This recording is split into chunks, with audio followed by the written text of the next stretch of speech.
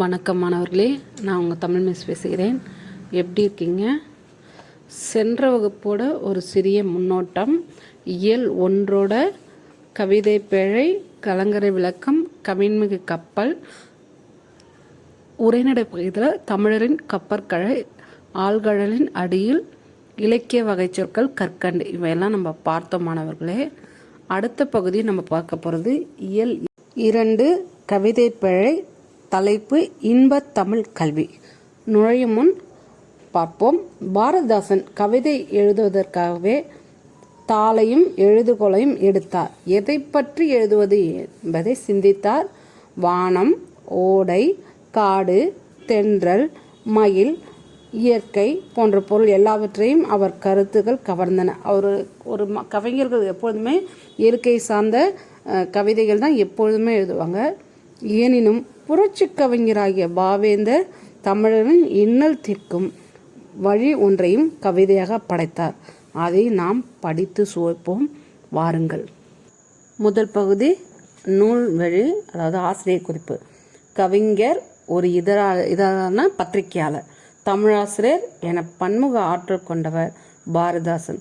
இவர் கதை, கவிதை, கட்டுரை, நாடகம் ஆகியவற்றை படைப்பதில் வல்லவர். பாண்டியன் பரிசு, அழகின் சிரிப்பு, இசையமது, இருண்ட வீடு, குடும்ப வழக்கு, கண்ணகி, புரட்சி காப்பியம் உள்ளிட்ட பல நூல்களை எழுதியுள்ளார். இவர் எழுதிய பிசுராந்தரா என்னும் நாடக நூலுக்கு சாகித்ய அகாடமி விருது கிடைத்துள்ளது. பாரதிதாசன் கவிதைகள் தொகுப்பிலிருந்து தமிழ்பேறு என்னும் தலைப்பில் உள்ள பாடல் இங்கு நமக்கு பாடமாக கொடுக்கப்பட்டுள்ளது. மாணவர்களே, இன்னும் ஒரு கூடுதலான செய்தி சொல்கிறேன். பாரதிதாசன் புதுச்சேரியை சேர்ந்தவர். நம் ஊரை சேர்ந்த ஒரு கவிஞரை எழுதின பாடல்கள் தான் நம்ம பார்க்க போகிறோம். சொல்லலாமா? அடுத்த பகுதி பாடல். ஏடெடுத்தேன் கவி ஒன்று வரைந்திட, என்னை எழுதென்று சொன்னது வான். ஓடையும் தாமரை பூக்களும் தங்களின் ஓவியம் தீட்டுக என்றுரைக்கும் காடும் கழனியும் கார்முகிலும் வந்து கண்ண கவர்ந்திட, எத்தனைக்கும் ஆடு மயில் நிகழ்பெண்கள்லாம் உயிர் அன்பினை சித்திரம் செய்க என்றார். சோலை குளிர் தரு தென்றல் வரும், பசுந்தோகை மயில் வரும், அன்னம் வரும். மாலை பொழுதினிலே மேற்றுசீர் விழும் மாணிக்க பருதி காட்சி தரும். வேழை சுமந்திடும் வீரரின் தோல் உயர் வேற்பென்று சொல்லி வரைக என்னும் கோலங்களில் யாவும் மலைமலையாய் வந்து கூவின என்னை. இவற்றிடையே இந்நிலையிலே தமிழ்நாட்டினிலே உள்ள என் தமிழ் மக்கள் துயின்றிருந்தார். அன்னோர் காட்சி இரக்கமுண்டாகியன் ஆவியில் வந்து கலந்ததுவே. இன்பத் தமிழ் கவியாவரும் கற்றவர் என்றுரைக்கும் நிலை எய்துவிட்டால் துன்பங்கள் நீங்கும், சுகம் வரும், நெஞ்சினில் தூய்மை உண்டாகி வீரமும் வரும். பாரதிதாசன். அடுத்த பகுதி பாடலின் பொருள்.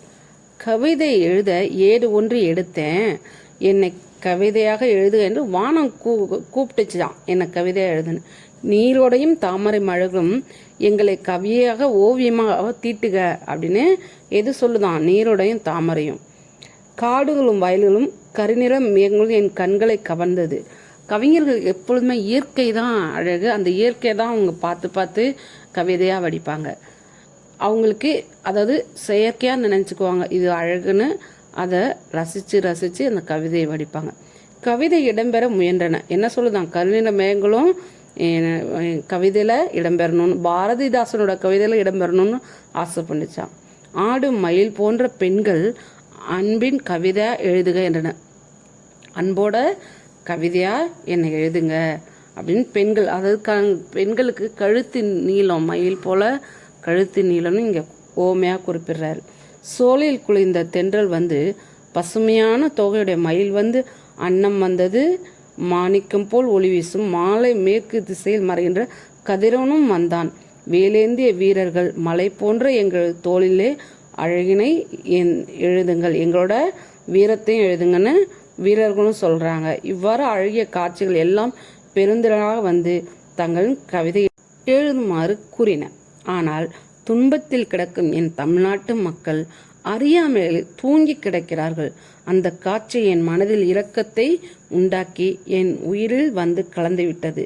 இத்துன்பம் நீங்க அனைவரும் இன்பத்தமிழ் கல்வியை கற்றவர்கள் என்னும் நிலை ஏற்பட வேண்டும். எல்லாருமே என்ன பண்ணணும், அவங்க துன்பத்தில் கிடக்கும்போது அவங்களோட அறியாமை விளக்கு ஒன்று போக்குவதற்கு என்னோட இன்பத்தமிழை படித்து அவங்க அறியாமை போக வேண்டும். அந்நிலை ஏற்பட்டால் வாழ்வில் துன்பங்கள் நீங்கிடும், நெஞ்சில் தூய்மை உண்டாகிடும், வீரமும் தரும். இதுலேருந்து அவர் என்ன சொல்ல வர்றாருன்னா, இந்த பாடல் மூலியமாக பாரதிதாசன் கூறும் கருத்துக்கள் இன்பத்தமிழை படித்து வீரத்தை கற்றுக்குங்க, கல்வியை கற்றுக்குங்க, அறியாமையை போக்குங்க, தூய்மையான நெஞ்சை கொண்டுங்க அப்படின்னு தான் சொல்கிறாரு. அடுத்தது சொல்லும் பொருளும். இத்தனைக்கும் முயலும் வெற்பு மலை கழனி வயல் நிகர்ன சமம் பருதின கதிரவன் அன்னதோர் அப்படி ஒரு கார்முகில் மழை மேகம் துயின்றிருந்தார் உறங்கியிருந்தார். அடுத்த பகுதி சரியான விடையை தேர்ந்தெடுத்து எழுதுக. 1. பெண்களுக்கு நிகராக பாரதிதாசன் கூறுவது மயில். பின்வருவற்றுள் மழையை குறிக்கும் சொல் வெற்பு. 3. ஏடெடுத்தே என்னும் சொல்லை பிரித்து எழுத கிடைப்பது குறிலி ஏடு கூட்டல் எடுத்து. 4. துயின்றிருந்தார் என்னும் சொல்லை பிரித்து எழுத கிடைப்பது ஆ துயின்று கூட்டல் இருந்தார். 5. என்று கூட்டல் உரைக்கும் என்பதை சேர்த்து எழுத கிடைக்கும் சொல் ஈ என்றுரைக்கும். பொறுத்துக கழனின வயல் நிகர்ன சமம் பருதின கதிரவன் முகில் மேகம். அடுத்த பகுதி கவிதை பிழை 2வது பாடம் அழியா செல்வம். நுழையும் முன் பெற்றோர் தங்கள் குழந்தைகளுக்கு பல்வேறான செல்வங்களை சேர்த்து வைக்கின்றன. பொன் வைரம் தங்கம் நகைன்னு அவற்றில் சில செல்வங்கள் களவு போவோ அழியவோ கூடும். ஆகையால் பெற்றோர் தம் குழந்தைகளுக்கு சேர்த்து வைக்க வேண்டிய செல்வங்கள் சிறந்தது அழியாத ஆகிய செல்வத்தை பற்றி அறிவோம். அது எந்த செல்வம்னா கல்வி செல்வம் தான், அதை பற்றி அறியலாம்.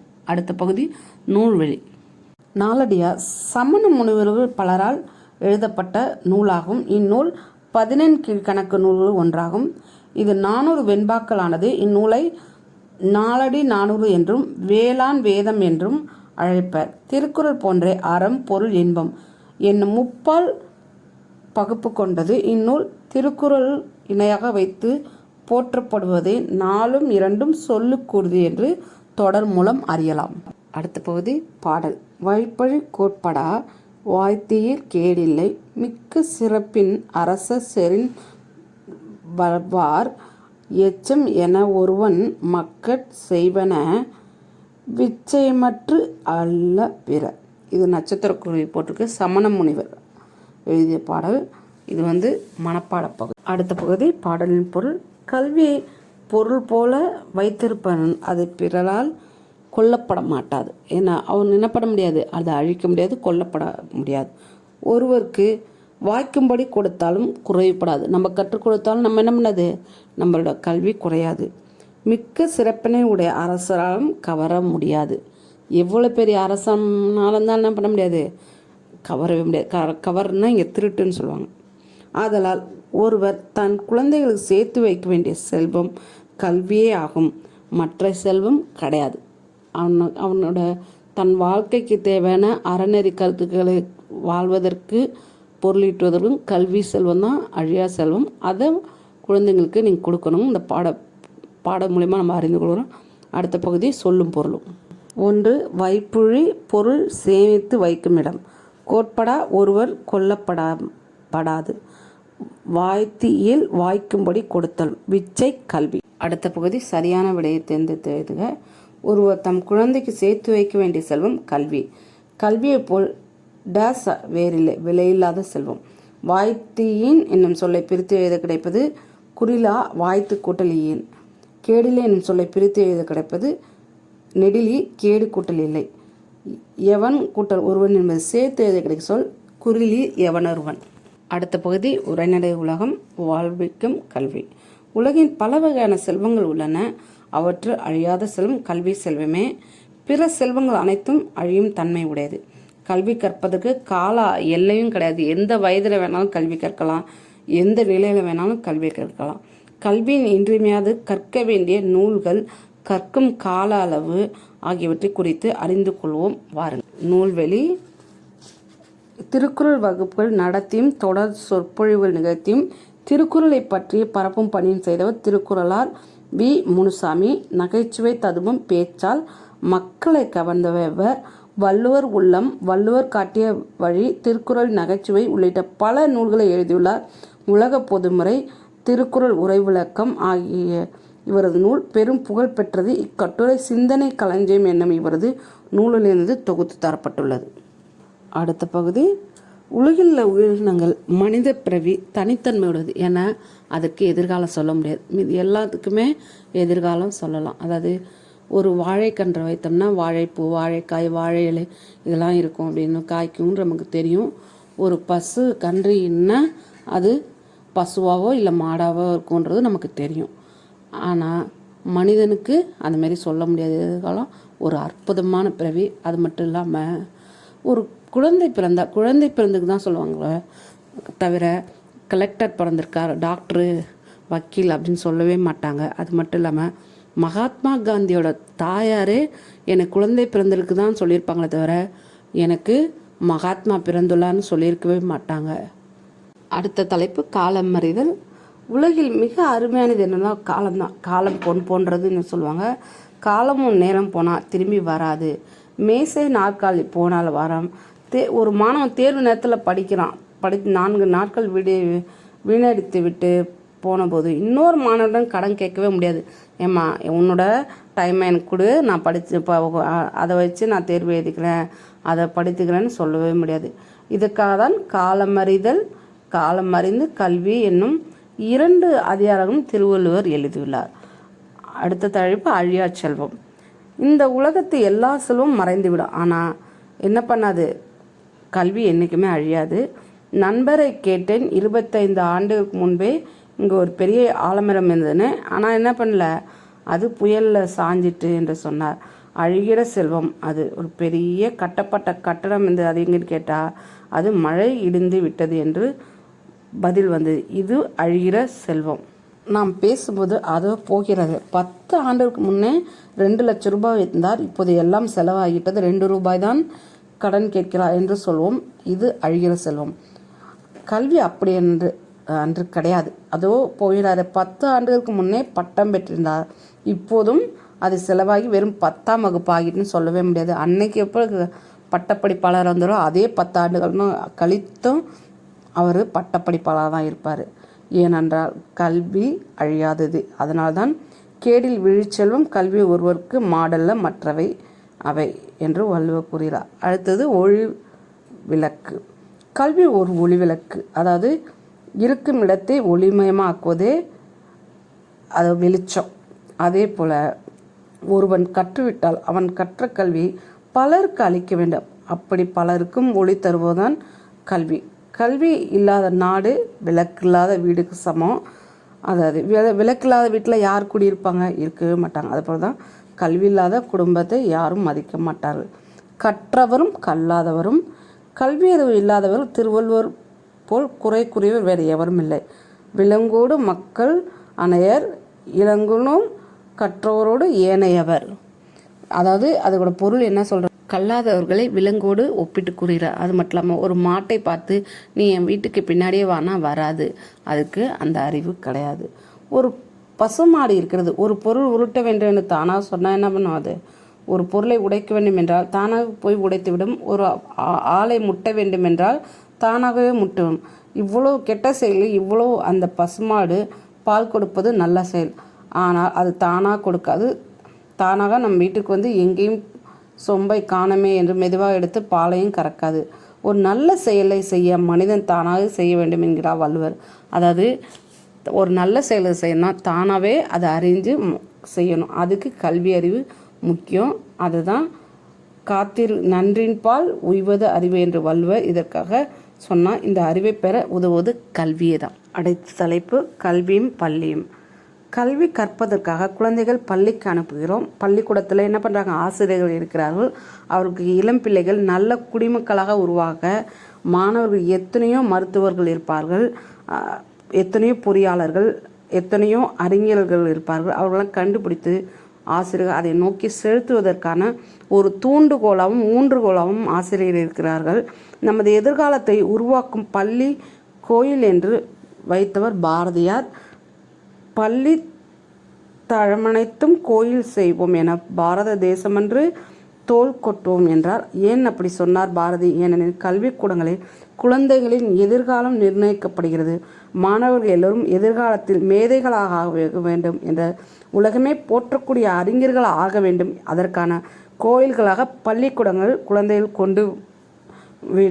கொண்டு விடுகிறோம் என்று கூறுகிறார். அதாவது பள்ளியை மாணவர் உருவாக்குற ஒரு கோயில் தளமாக பார்க்குறாரு.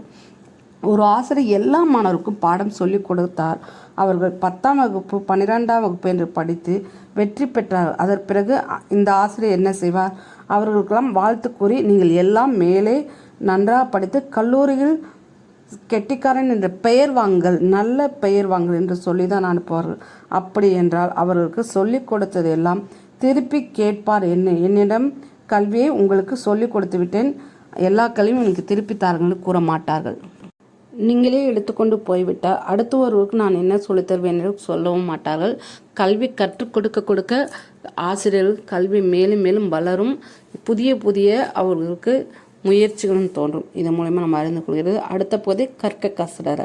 படிக்க வேண்டிய நூல்களை நன்கு ஆராய்ந்து தேர்ந்தெடுத்து படிக்கணும். அதாவது ஆராய்ந்து தான் படிக்கணும். சில 10 புத்தகங்கள் எழுதுகிறார்கள், சில 50 புத்தகங்கள் எழுதுகிறார்கள். ஆனால் திருவள்ளுவர் வாழ்நாள் முழுக்க ஒரே ஒரு நூல் தான் எழுதியிருக்காரு. அப்படி என்றால் எவ்வளவு சிந்தித்து அவர் எழுதியிருக்க வேண்டும். சில நூல்களை பற்றி சிந்தனை செய்ய வேண்டாம். சில நூல்களை படித்தவுடனே விளங்கும். சில நூல்களை படித்தனா தான் நமக்கு திரும்பி புரியும். சில நூல்களை படித்துவிட்டு அழகாக சிந்திக்க வேண்டும். பூமியில் விளைகின்ற பொருட்கள் சில பூமிக்கு மேலேயும் விளையும். கத்திரிக்காய், வாழைக்காய், கீரை இவையெல்லாம் பூமிக்கு மேலே விளையும். சில மண்ணுக்குள்ளே உண்டாகி அவற்றை நாம் தான் தோண்டி எடுக்க வேண்டும். அதுபோலதான் படிக்கும் நூல்களில் சிலவற்றை ஒரு முறை படித்தால் போதாது, மீண்டும் மீண்டும் ஆழ்ந்து படித்தால்தான் அதன் பொருள் விளங்கும். ஆகையால் தான் திருவள்ளுவர் கற்க கசடர கற்பவை என்று சொன்னார். எதை படிக்க வேண்டுமோ அதை தான் படிக்க வேண்டும். எனவே நாம் வாழ்நாள் முழுவதும் கற்போம், கற்க வேண்டியதை கற்போம், நூலின் உட்பொருட்கள் உணர்ந்து கற்போம், அதுபடி வாழ்வில் உயர்வடைவோம். கல்வியை கற்பது மட்டுமா, அது வாழ்வுக்கு தேவையான பொருட்களை நாம் எடுத்துக்கொள்ள வேண்டும் என்பதை இந்த பாடப்பகுதி மூலம் நாம் உணர்ந்து கொண்டோம். அடுத்தது சரியான விடையை தேர்ந்தெடுத்து எழுது. 1. காலத்தின் அருமை கூறும் திருக்குறள் அதிகாரம் காலமறிதல். 2. கல்வியில்லாத நாடு டேஸ் வீடு, விளக்கில்லாத வீடு. பள்ளி தழமனைத்தும் கோயில் செய்வோம் என்று பாடியவர் பாரதியார். 4. உயர்விடம் என சொல்லை பிரித்து எழுத கிடைப்பது நெடிலியை உயர்வு கூட்டல் அடைவோம். இவை கூட்டல் எல்லாம் என்பது சேர்த்து எழுத கிடைக்கும் சொல் நெடில் ஆ இவையெல்லாம். அடுத்தது சொற்றொட அமைத்து எழுதுக. செல்வம், கல்வி செல்வம் என்றும் அழியாது. 2. இளமை பருவம், இளமை பருவம் கல்விக்கு உரிய பருவம். 3. தேர்ந்தெடுத்து, நல்ல நூல்களை தேர்ந்தெடுத்து படிக்க வேண்டும். இத்துடன் பாடப்பகுதியில் அனைத்தும் முடிவடைந்தன. உங்களுக்கு புரிந்திருக்கும் நம்புகிறேன் மாணவர்களே. அடுத்த வகுப்பில் சந்திப்போம். நன்றி, வணக்கம். கல்வி வளர்ப்போம்.